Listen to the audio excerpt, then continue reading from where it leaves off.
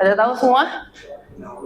You only live once. Oke, coba aku minta kalian buka notes or anything yang di HP kalian. Ambil beberapa waktu, coba satu kalimat boleh, satu kata boleh, dua kata boleh yang terlintas di kalian pas dengar you only live once. Coba dicatat. Pengen tahu gitu. Ini kenapa? Oh, lampu. Oke. Udah semua? Oh belum, masih merenungkan. Apa sih yang terlintas pas kamu dengar kata YOLO? You only live once. Nah, sebelumnya aku mau kasih cerita, ada ilustrasi. Sambil kalian mikir nggak apa-apa, nyatet aja. Ada yang tahu Michael Jordan? Tahu ya? Jadi Michael Jordan itu kan pemain basket, oke? Nah, dia dulu tinggal di Brooklyn, daerah kumuh, New York. Terus dia, pokoknya keluarganya susah lah, keluarga susah, dan lingkungannya juga miskin, dan jadi dia pun tumbuh sebagai anak yang seperti tidak punya masa depan, oke? Lalu tiba-tiba ayahnya datang, kasih pakaian bekas, second hand, thrift lah, kalau sekarang thrift shop ya, thrift shop punya. Nah, ditanya, menurut kamu nih, berapa harga pakaian ini? Dijawabnya, oh $1. Oke, gitu kan. Bisa dijual nggak? $2. Terus dia bingung. Iya dicoba, tapi nggak tahu. Oke, bisa apa enggak? Ya udah coba gitu.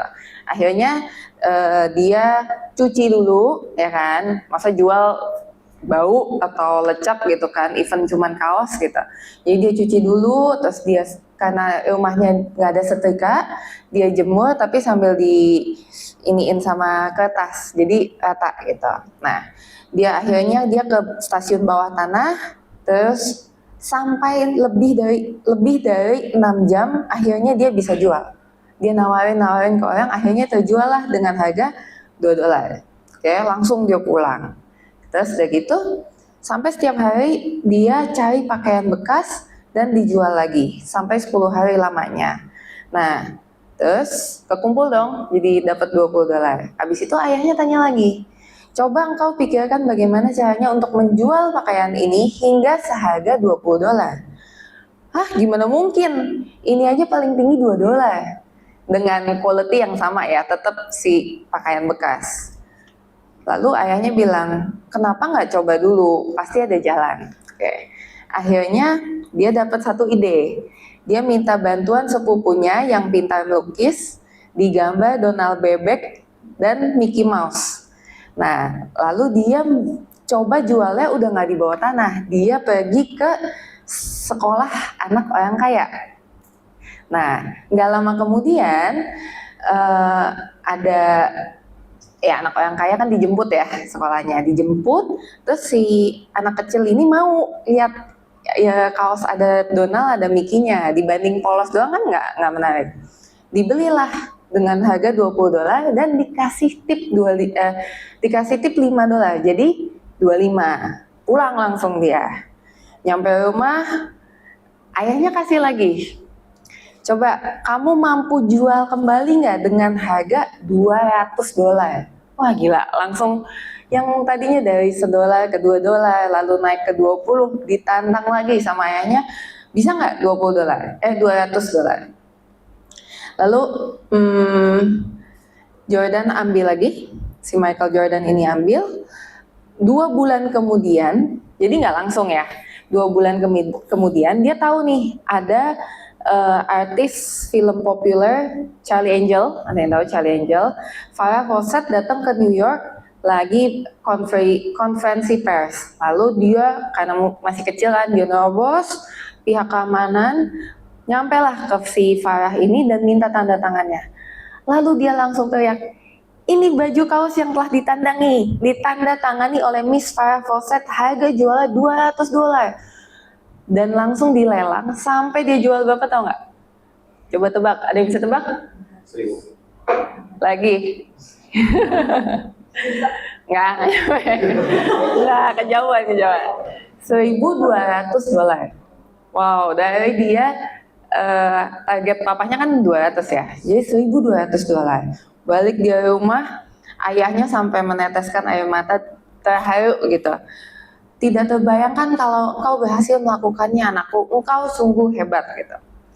Lalu malam itu Jordan tidur sama ayahnya dan ayahnya tanya, anakku, dari pengalaman menjual 3 helai pakaian yang sudah kau lakukan, apa yang berhasil engkau pahami? Jordan jawab, ya selama kita mau berpikir dengan otak pasti ada caranya. Ayahnya bilang, ya nggak salah yang kamu bilang, tapi maksud ayah bukan begitu. Ayah hanya ingin memberitahumu, ini yang penting nih. Ayah hanya ingin memberitahumu bahwa sehelai pakaian bekas yang bernilai $1 juga bisa ditingkatkan nilainya. Apalagi kita sebagai manusia yang hidup. Mungkin kita berkulit hitam gelap dan miskin, tapi apa bedanya? Nah, sejak itu Jordan seakan ada matahari yang terbit di pikirannya dan pakaian bekas aja bisa ditingkatkan harkatnya. Lalu apakah saya punya alasan untuk meremehkan diri sendiri? Sejak saat itu, dalam hal apapun, Michael Jordan merasa bahwa masa depannya indah dan penuh harapan. Potensi diri kita itu begitu besar, jadi jangan dipandang kecil hanya karena kita terlihat lecek, kumel, dan belum diasah. Jadi tetaplah berusaha dan teruslah mengasah kecerdasan dalam melakukannya. Jadi dari ilustrasi itu true story gitu. Jadi Michael Jordan ini yang kita tahu, kita di Indonesia, dia di Amerika. Kita even tahu nama dia dari si anak yang lahir di Brooklyn, kampung yang miskin dan dia nggak punya apa-apa. Tapi dia berusaha terus. Dan ya pasti aku percaya Tuhan juga memberi dia gift talent di basket gitu. Tapi kalau misalnya dia tidak meraih dan kerja keras dan meresponnya dengan baik, belum tentu dia akan seterkenal itu ya. Nah, coba aku random tunjuk ya. Yang baju merah. Kalau tadi kata YOLO yang terlintas di kamu apa?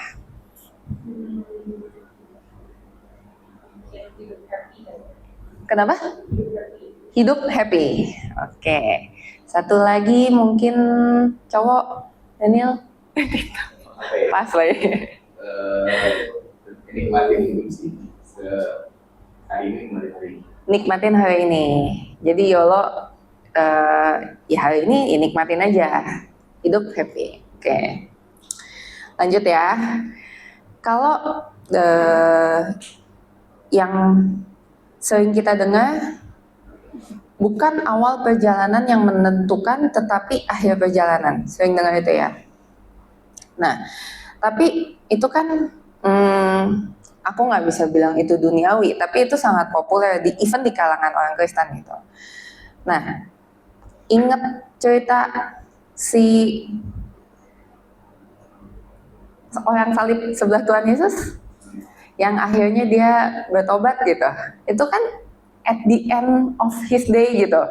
Pada akhirnya dia bertobat dan diterima di Firdaus gitu. Tapi kasus cerita itu sebenarnya agak bahaya. Kenapa bahaya? Karena kalau orang Kristen menyikapinya, ya udah, ujungnya juga nanti bisa bertobat kayak gitu, ya kan, diterima. Ya kali lu kan nggak di sebelah Tuhan Yesus gitu. Jadi jangan terima itu sebagai kisah yang bisa kita pakai. Jadi kadang ada penyalahgunaan lah gitu, penyalahgunaan dari cerita di Alkitab. Jadi kita menggampangkan gitu. Jadi kasus tersebut itu sangat khusus dan hampir tidak pernah kasus itu terjadi lagi. Tercatat di Alkitab nggak ada ya. Dan kalau diperhatikan baik-baik, Michael Jordan, Shalom. Silakan duduk.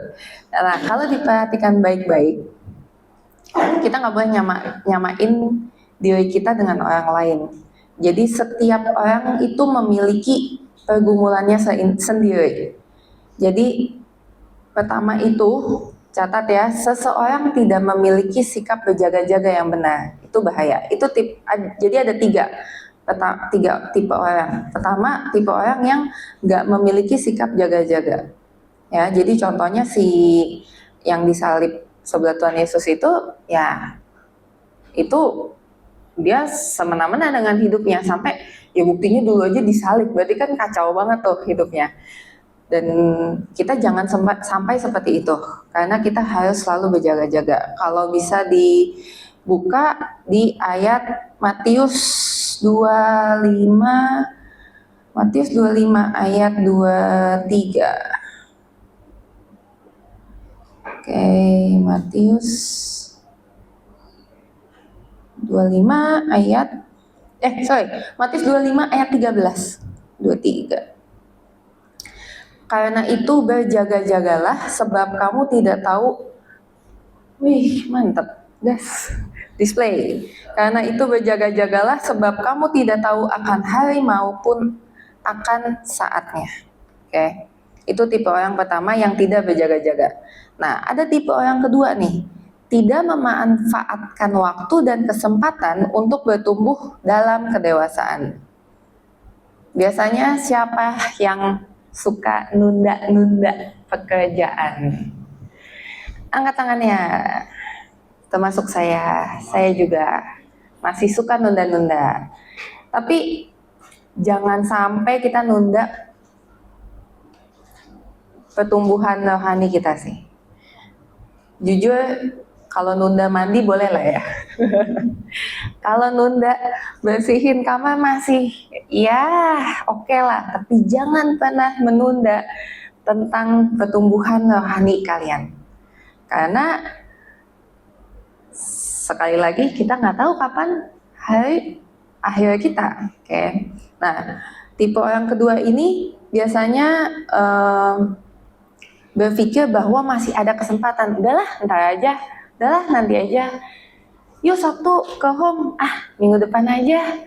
Yuk nanti ini, entahlah masih ada gitu. Gue juga masih muda. Selamat jalan, pinggir jalan nanti. Oke. Dan orang yang ketiga, tadi yang pertama kan yang tidak berjaga-jaga. Yang kedua, tidak memanfaatkan waktu dan nunda-nunda. Yang ketiga, ia tidak akan berjuang dengan sungguh-sungguh. Jadi walaupun dia berjaga-jaga dan berjuang untuk bertumbuh, tapi nggak maksimal.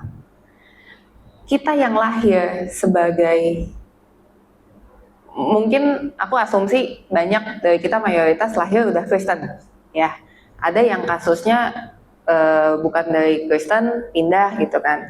Biasanya nggak sama semuanya, tapi biasanya orang yang terlahir udah plek Kristen, gede dikit dibaptis gitu, biasanya malah kalah sungguh-sungguh sama orang yang baru kenal Tuhan Yesus dewasa.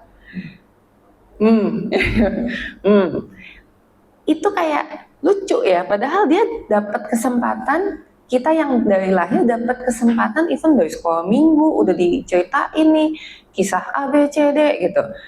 Tapi malah jadi suatu cuma rutinitas, jadi suatu kebiasaan. Terus kalau dengar cerita apa kayak udah nggak amazed lagi ya nak, gue udah dengerin dari kecil.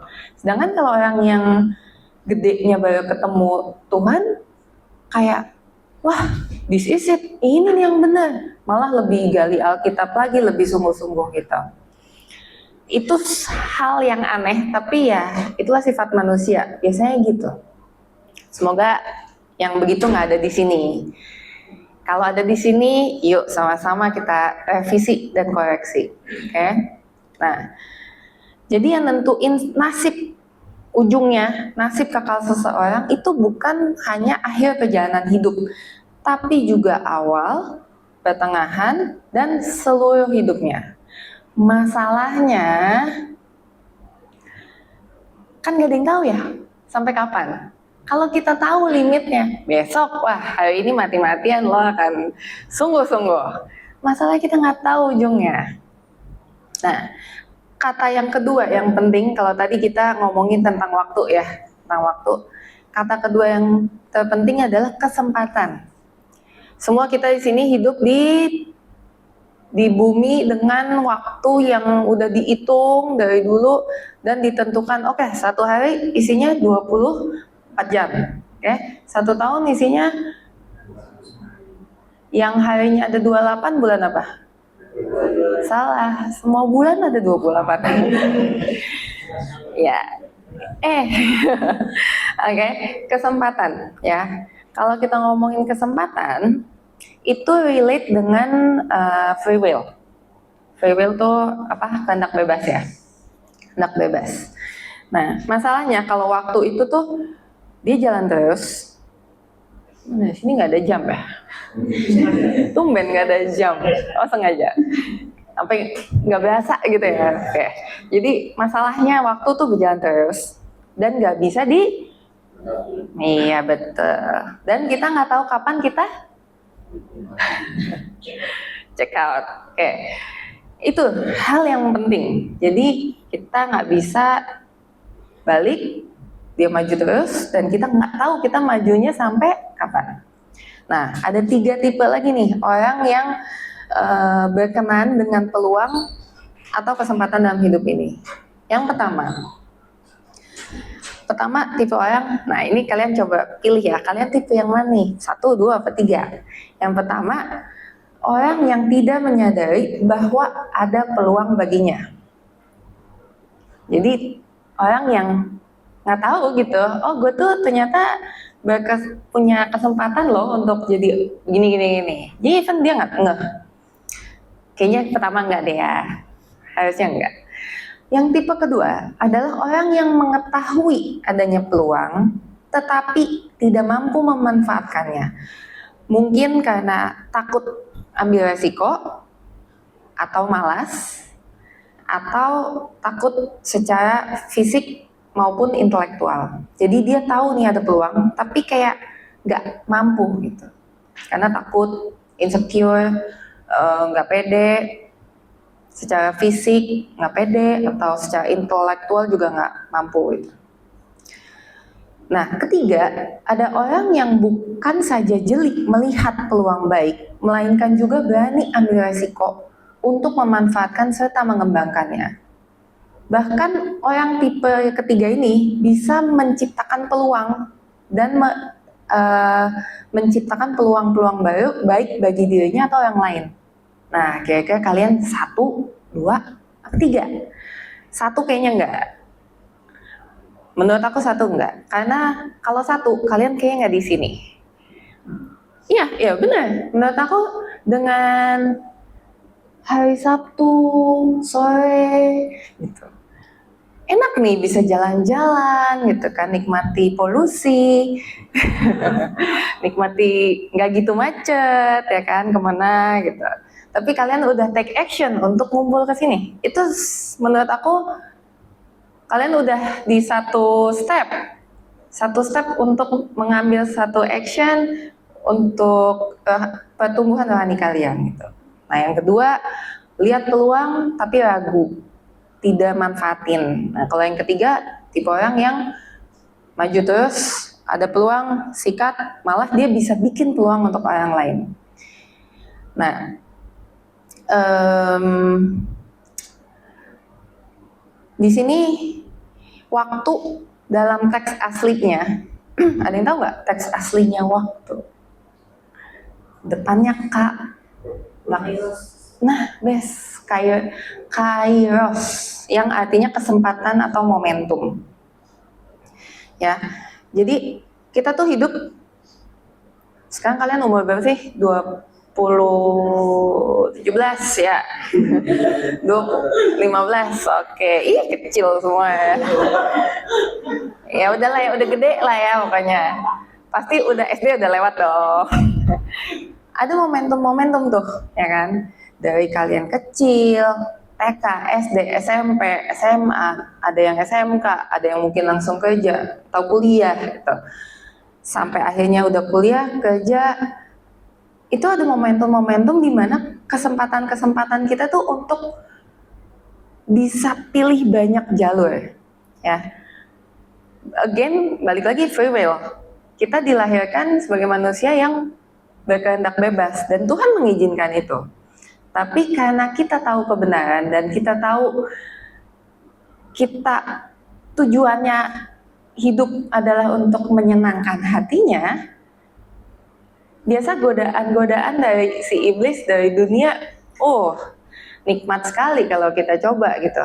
Tapi kalian di sini belajar untuk yuk fokus arahnya ke situ gitu. Nah, aku ada sedikit cerita baru kejadian semalam. Jadi cerita tentang jalan tol. Oke, ibarat kata hidup kita di jalan tol ya. Tahu kan jalan tol? Banyak cabang kadang, kayak exit mana, terus kalau udah di zoom petanya, cabangnya 4. Bingung yang mana kan. Nah, ada satu momen, aku lagi nyetir, terus kebetulan ada mamaku, kita ngobrol. Tujuan aku tuh ke Pantai Indah Kapuk, ya kan, ke Pik. Karena aku pulang tuh ke Jakarta Barat tuh sebenarnya ke Purik. Aku datang dari pusat, ya. Dari pusat kan naik tol, nggak ngeh karena asik ngobrol kan, nggak ngeh ya. Terus emang nih udah feeling kayaknya mesti belok agak sini nih. Tapi karena mapnya aku matiin, sotoy. Biasanya kan kalau arah pulang udah hafal mati lah ya. Nah, tapi karena dia tahu, ya Pik kan arahnya sama kayak pulang, tinggal maju lagi gitu. Lupa bahwa majunya harus belok. Majunya bukan satu pintu tolnya itu harus belok, bukan lurus. Nah, nyetir asik, jeng lewat nih. Tujuan Soekarno-Hatta, belok kiri gitu kan. Udah kelewatan. Nah, pas udah kelewatan, di mana Jumat, bayangin Jumat jam 5:30 sore, bayangkan kan perjalanan dari pusat ke barat itu aku udah nyetir sejam, lewat yang harusnya tinggal 10 menit lagi nyampe 40 menit lagi. Oke, mah gimana nih, udah mamaku nggak bisa nyetir kan, yaudah lanjut aja. Iya males, tapi lanjutnya tuh kayak yang, ngerti gak sih, kesel yang kayak ada penyesalan kenapa nggak nyalain HP di map, soalnya emang HP aku udah kayak 30%, makanya aku kayak udah matiin aja dibanding lowbat kan. That moment aku benar-benar yang kayak nggak emang harus tetap jalanin karena exit kan terdekat juga masih berapa kilo kan. Di situ saya dapat inspirasi. Pas kebetulan ngomongin ini kan, aku benar-benar merasa kayak as if Pik itu adalah tujuan yang Tuhan kasih buat hidup kita gitu. Dimana kita dikasih kebebasan untuk milih jalur yang mana. Nah, tapi pada saat kita menjalani hidup kita hari demi hari, perjalanan kita menuju tujuan yang Tuhan inginkan, kita tuh suka nggak fokus, ya kan? Suka nggak fokus, suka ada distraction. Terus kita juga udah dikasih ibarat tools apa ya, alat untuk kita pakai, kita abaikan gitu dengan kesotoyan kita. Nah, akhirnya apa? Tujuan nyampe, tapi muter baliknya jauh lagi. Hitung-hitung aku jadi 50 ribuan uang tolnya, kayak nyebelin, udah kayak keluar kota gitu. Jadi di situ aku yang ngerasa, iya ya, semakin kita tahu Tuhan mau kita apa dan kita dengerin, taat aja, ngikutin, nggak usah sotoy gitu. Kita respon tuh maksudnya kita ngikutin jalan yang benar, akan semakin cepet kita sampai tujuannya. Nah, tapi pertanyaannya, apakah kalian di sini sudah tahu tujuan kalian? Itu kunci pertama sebenarnya. Sebelum kita jalan, sebelum kalian kesini deh, gitu. Schedule kalian tadi abis bangun pagi ngapain? Kan udah kepikir misalnya, oh ya hari ini Sabtu, berarti jam 4 gue ke Predatam. Ya kan? Tapi kalian udah tahu belum? The first thing yang kalian tuju tuh apa dalam hidup ini? menyenangkan hati Tuhan Kak. Iya, semuanya juga mau gitu tujuannya. Dulu aku pernah ditanya, pas aku masih 27 tahun, ini masih kecil banget lah ya, masih 27 tahun, masih muda banget. Itu aku ditanya sama kakak aku, lu goal dalam hidupnya apa? Wow, ditanya beneran lagi makan aja, lagi makan siang, tapi berdua gitu. Saya karena ini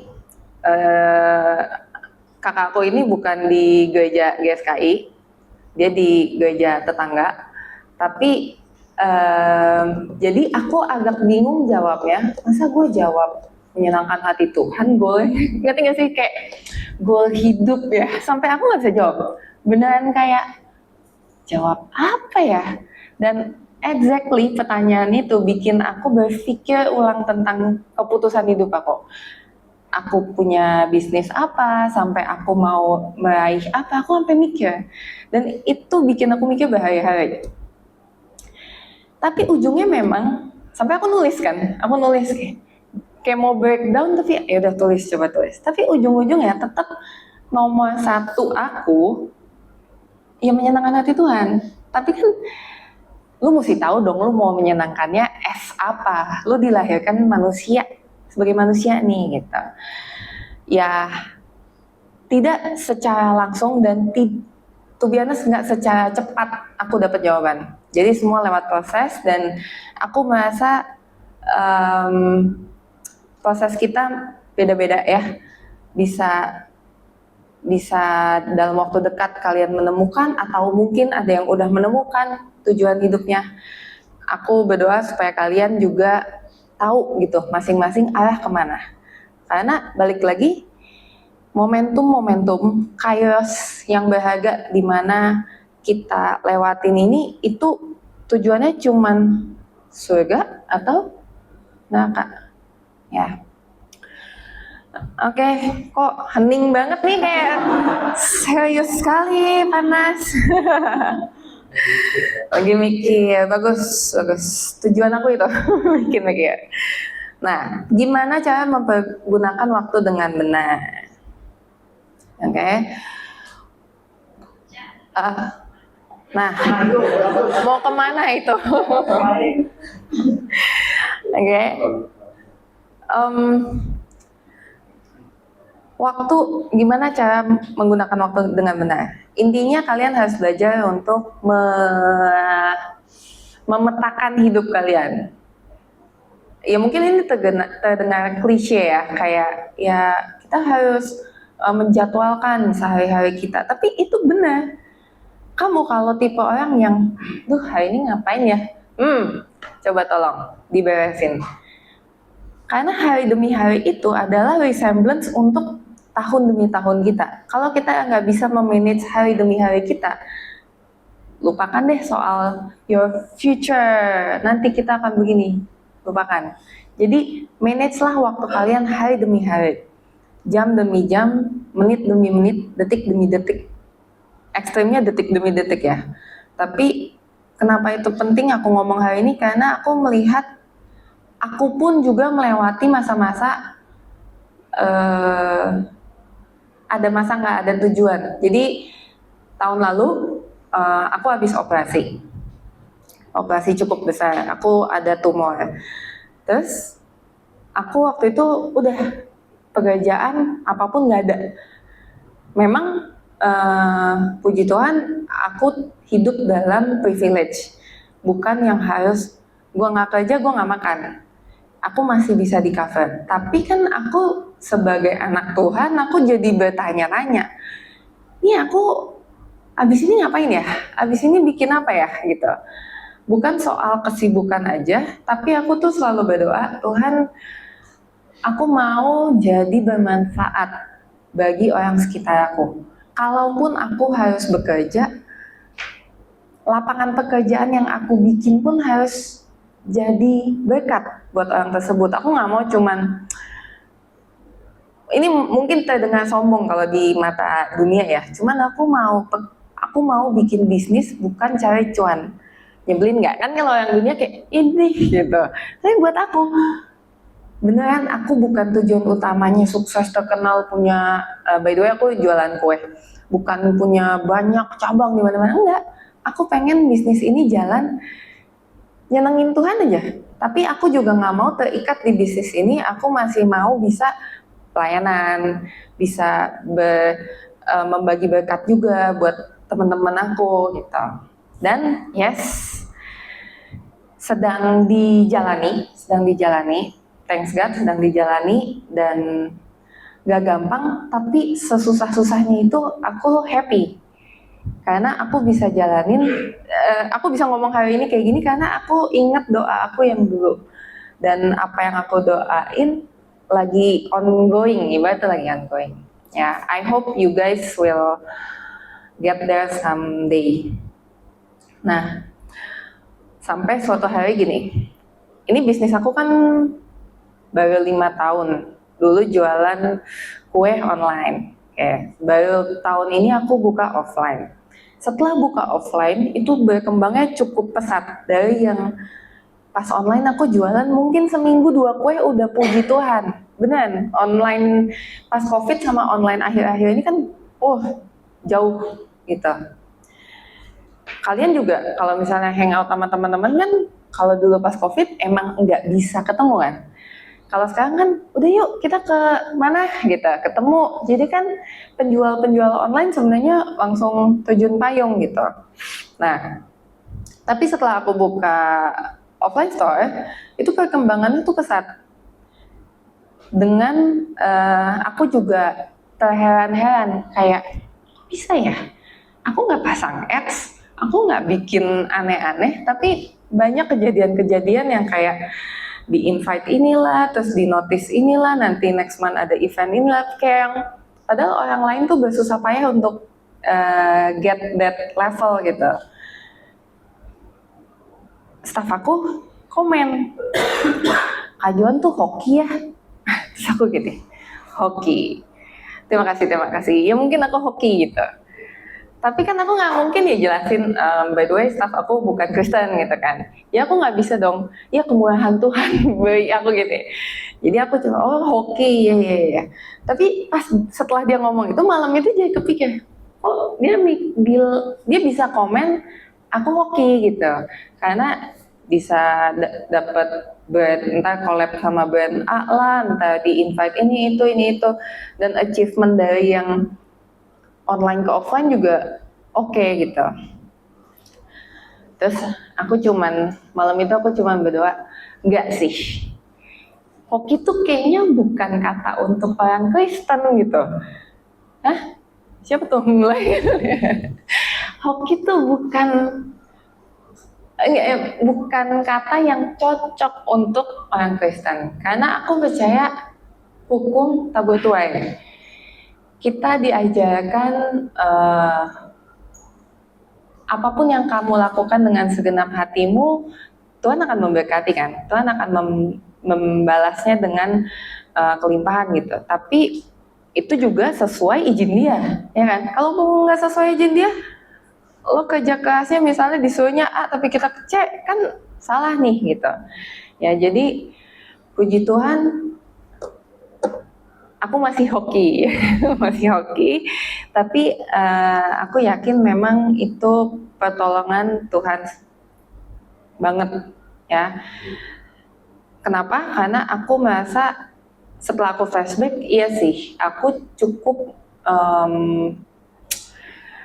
dari muda aku cukup menjadi anak yang bukan ambi, apa ya? Kalau bilang rajin kok sombong, apa ya, kayak kalau ngelakuin apapun aku all out lah.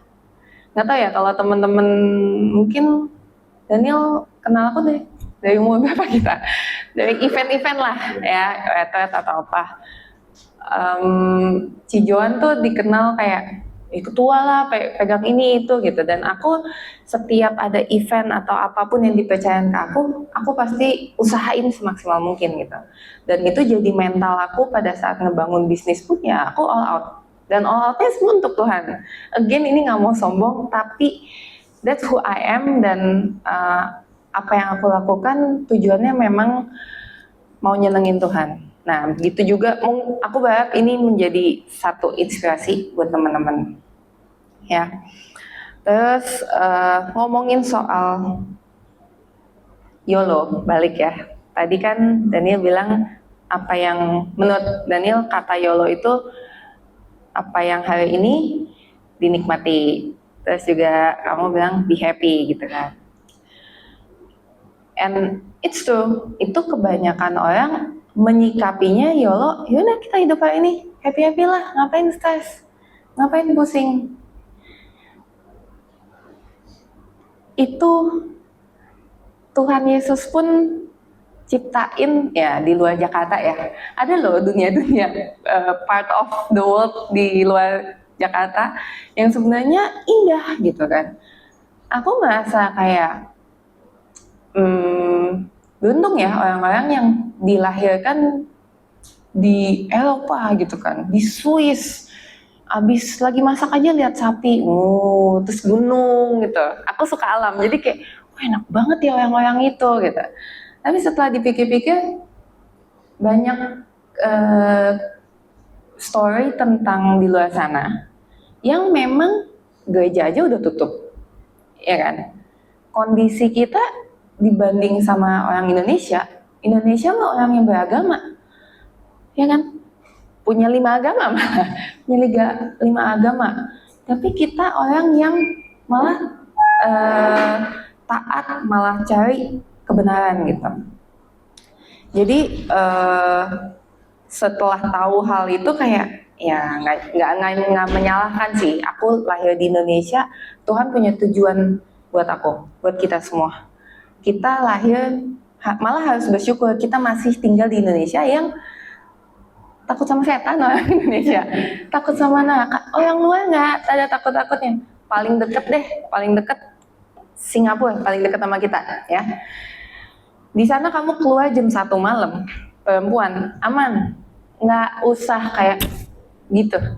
Kita naik transportasi umum pun aman, karena kayak yaudah orang di sana berkecukupan, di sana juga yang security juga terjaga, jadi orang juga nggak ada niatan untuk jahat gitu ya. Jadi sebenarnya kita harusnya bersyukur tinggal di tekanan di Indonesia ini dengan segala hal yang ada, karena kalau kita nggak tertekan kita nggak cari Tuhan, benar nggak? Coba siapa yang doanya tambah kenceng kalau lagi ada masalah? Semuanya ya. Aku juga kalau ada masalah, Tuhan ampuni aku, tolong ya. Jadi again, YOLO itu buat kita, buat teman-teman Kristen, malah sesuatu yang kalian harus responi dengan gila, gue cuma hidup sekali bro. Ini nih satu-satunya kesempatan nentuin gue ke neraka apa surga.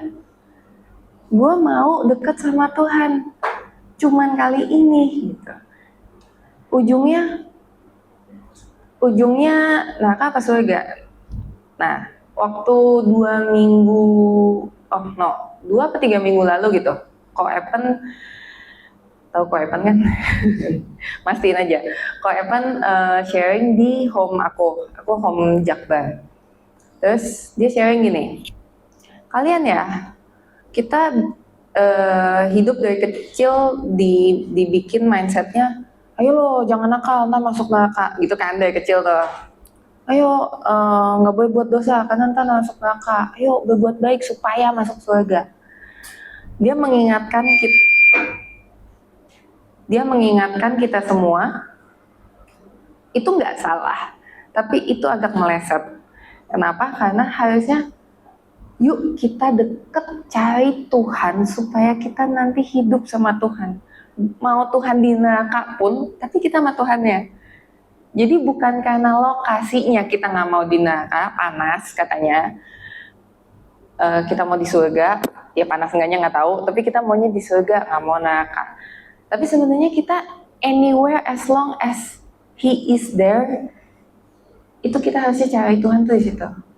Ya, jadi tujuan kita hidup baik, kita hidup menjadi yang Tuhan inginkan, bukan semata-mata kita takut surga, kita takut neraka, tapi karena kita mau ketemu Tuhan dan hidup dengan Tuhan. Oke. Ada satu ilustrasi lagi. Ada tukang bangunan nih ya, udah senior, jadi dia kayak mandor lah gitu.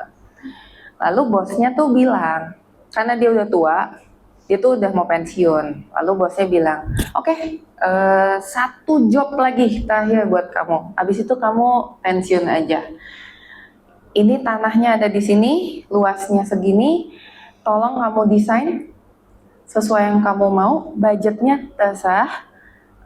Nanti kamu kasih budgetnya, anggarannya sama desainnya nanti saya ACC. Oke, bos siap. Dia bikin, dia desainin nih standar lah rumah. Dia tanyakan untuk berapa orang, atau ya bikin rumah kan harus nyesuaiin untuk misalnya anaknya 5 lah atau berapa. Udah pokoknya desainin aja gitu. Dia desain seadanya dan secepatnya, karena dia udah bosan dan udah lama kerja, jadi pengen cepet-cepet, udah nih last project nih, gue pengen selesaiin cepet-cepet. Lalu dia akhirnya setelah 1 tahun dia selesaiin project itu, terus udah dia bikin ya seadanya lah, klasik rumah yang mungkin kalau pas di imajinasi kalian sekarang yang rumah jendela pintu gitu ya. Pokoknya dibikin rumah seadanya. Lalu terakhir pas sudah jadi, bosnya lihat rumahnya dan kuncinya dia kasih ke tukang itu. Terus tukang itu bingung, loh ini bukannya bapak suruh saya bikin rumah? Iya, karena kamu telah mengabdi dengan saya kasih kamu bikin rumah. Nyesel dong dia bikin seadanya. Dari sini kita bisa belajar, jangan pernah asal-asalan. Apapun itu. Ya ini sebagai ilustrasi aja ya. Jadi semua keputusan, semua pekerjaan, semua hal yang kalian lakukan di keluarga, ada yang masih sekolah kan katanya 17 tahun gitu. Masih bikin PR nih. Apapun yang kalian lakukan harus sesungguh-sungguhnya. Karena kita nggak tahu itu ternyata buat apa nantinya. Jangan harapkan semua hal yang kita lakukan ada rewardnya. Tapi kan kita tujuannya mau jadi anak Tuhan yang menyenangkan hati Tuhan. Ya. Jadi jika kita ingin suatu kehidupan yang berbeda, buatlah keputusan yang berbeda juga. Okay? Remember, you only live once. So, please take your life carefully dan seriously. Karena, sorry, kita bukan di sini happy-happy aja. Tuhan mau kita bahagia. Ingat ya, Tuhan mau kita bahagia. Tapi pada tempatnya, sewajarnya, dan of course bukan bahagia yang orang dunia nikmati. Okay? That's it for today. Maybe ada pertanyaan atau apa? Ya? Slide dulu. Ada yang mau bertanya langsung? Langsung?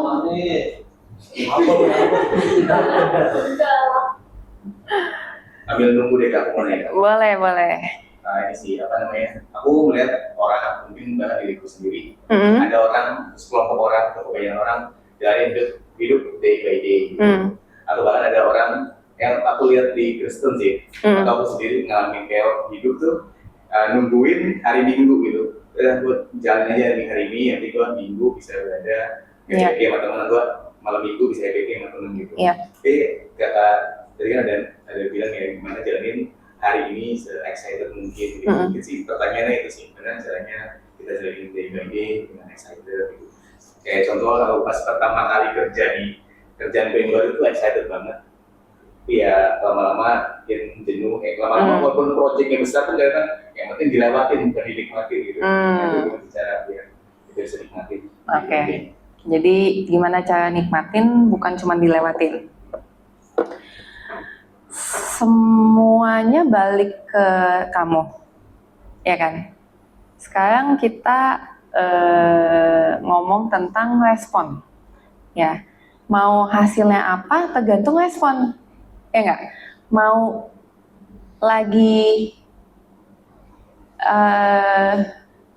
enggak ya, aku mencari contoh.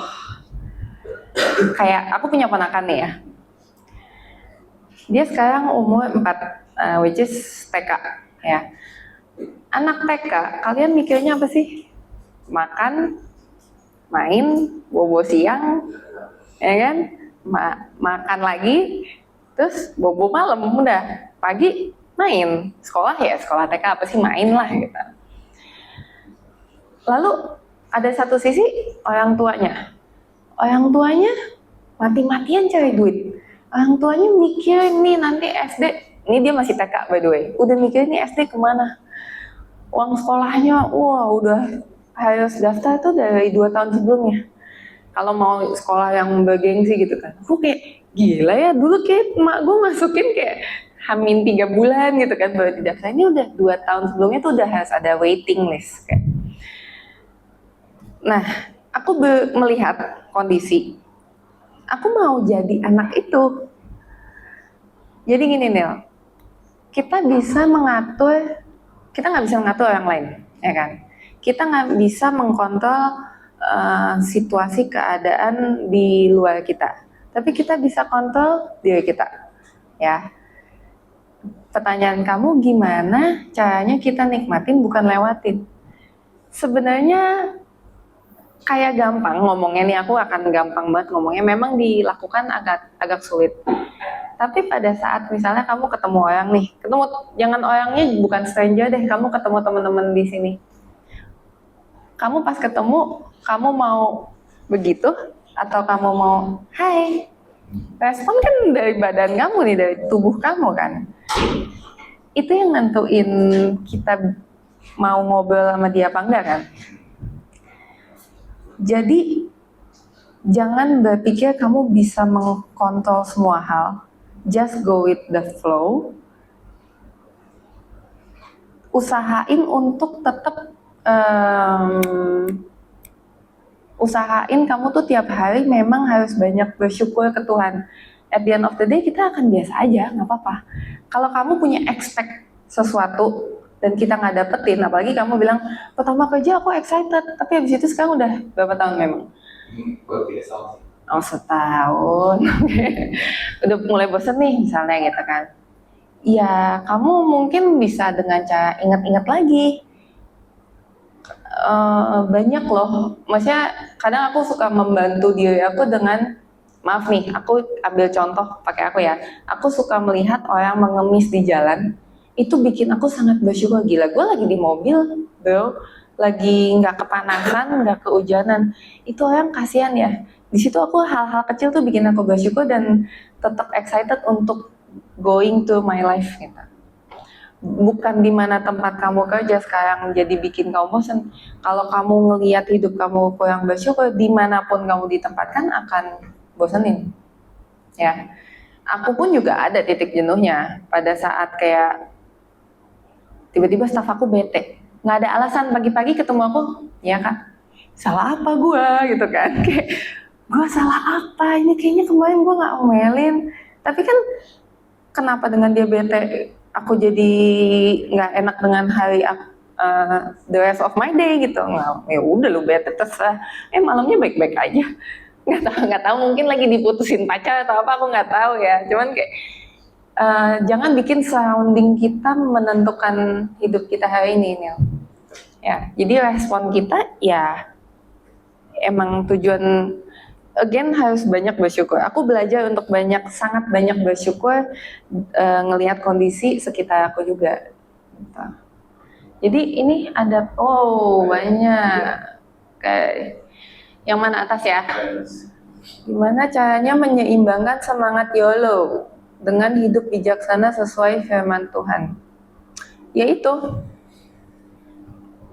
Bersyukur. Balik lagi, bersyukur. Ini agak dua hal beda sih, semangat YOLO sama berani ambil kesempatan. Kalau semangat YOLO kan dalam arti, wah kita cuma punya satu kali hidup nih di dunia ini gitu. Dan gimana kita jadi bijaksana sesuai firman Tuhan, berarti kamu anonimus harus perhatikan hal terkecil. Jadi jangan pernah menyepelekan hal terkecil dalam hidup ini. Contoh, datang on time, meeting sama klien atau apapun yang berhubungan dengan bersinggungan ada orang kedua gitu ya. Please be on time. Itu aku terapin dalam hidupku. Kenapa? Bukan aku takut atau malu. Ya kalau telat jadi diliatin gitu kan, ada tuh orang yang malu telat, itu ntar diliatin, kalau udah telat jadi nggak mau masuk, ada loh orang-orang kayak gitu. Aku nggak malu, tapi aku mau nggak telat. Kenapa? Karena aku respect dengan orang yang janjian sama aku. Aku hormatin orang tersebut. Ya orang kan pasti punya kesibukan masing-masing ya. Mungkin habis ini dia juga buru-buru ada meetingnya nextnya. Kalau misalnya aku telat kan jadi mundur, dianya jadi mundur. Oke. Kalau kita ada kesempatan tapi kesempatan tidak bisa kita capai karena faktor keluarga, sekiranya saran dari kakak gimana? Tuhan Yesus memberkati. Kalau kita ada kesempatan tapi sebenarnya tidak bisa kita capai karena faktor.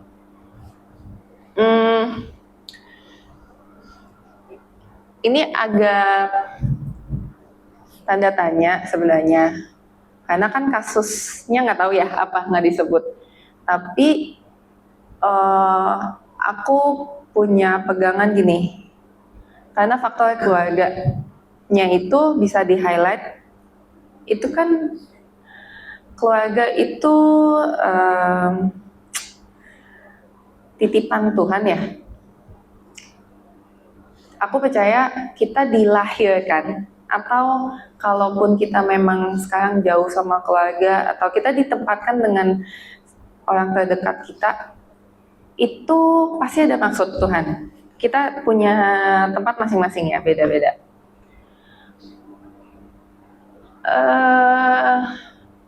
Mungkin kesempatan itu bukan kesempatan dari Tuhan, mungkin kalian ada kesempatan lain. Ya, karena kalau memang dari Tuhan, aku percaya Tuhan akan bukakan jalannya, even if it's very very hard gitu. Kalau memang keluarga tidak setuju, keluarga menyangkal gitu, maaf deh, ambil contoh, aku pernah dengar cerita dari mamaku kan konseling. Anak ini diam-diam ke gereja karena keluarganya non-Kristen gitu. Terus apa? Yang tadi aku khotbahin jadi gimana tuh? Dia mau cari Tuhan loh, sungguh-sungguh gitu. Tapi dia diam-diam. Itu benar nggak? Menurut kalian?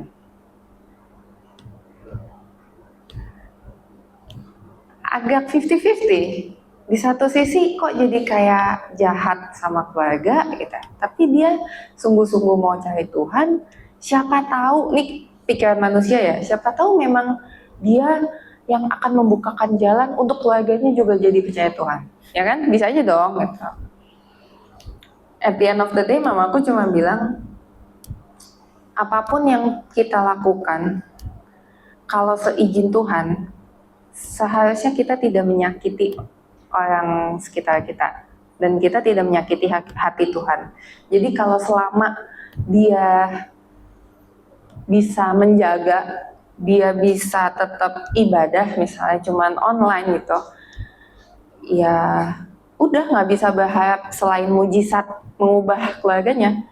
Jadi akhirnya ya udah dia tetap diam-diam dan terus berdoa. Aku nggak tahu sih FBN jadi gimana hari ini, tapi itu hal yang sulit buat anak itu gitu. Dan aku rasa kalau tadi karena faktor keluarga, coba dibawa dalam doa. Karena apa yang kita bawa dalam doa, bukan artinya semua akan tercapai, tapi pasti Roh Kudus akan menuntun kita harus ngapain. Oke, next. Hai Ci, gimana cara tahu tujuan hidup? Nah, menarik nih. Ini mah satu khotbah lagi jadinya. Dan keluar dari zona nyaman. Apakah zona nyaman itu baik? Oh, yang cari tahu ya. Iya nih, panjang.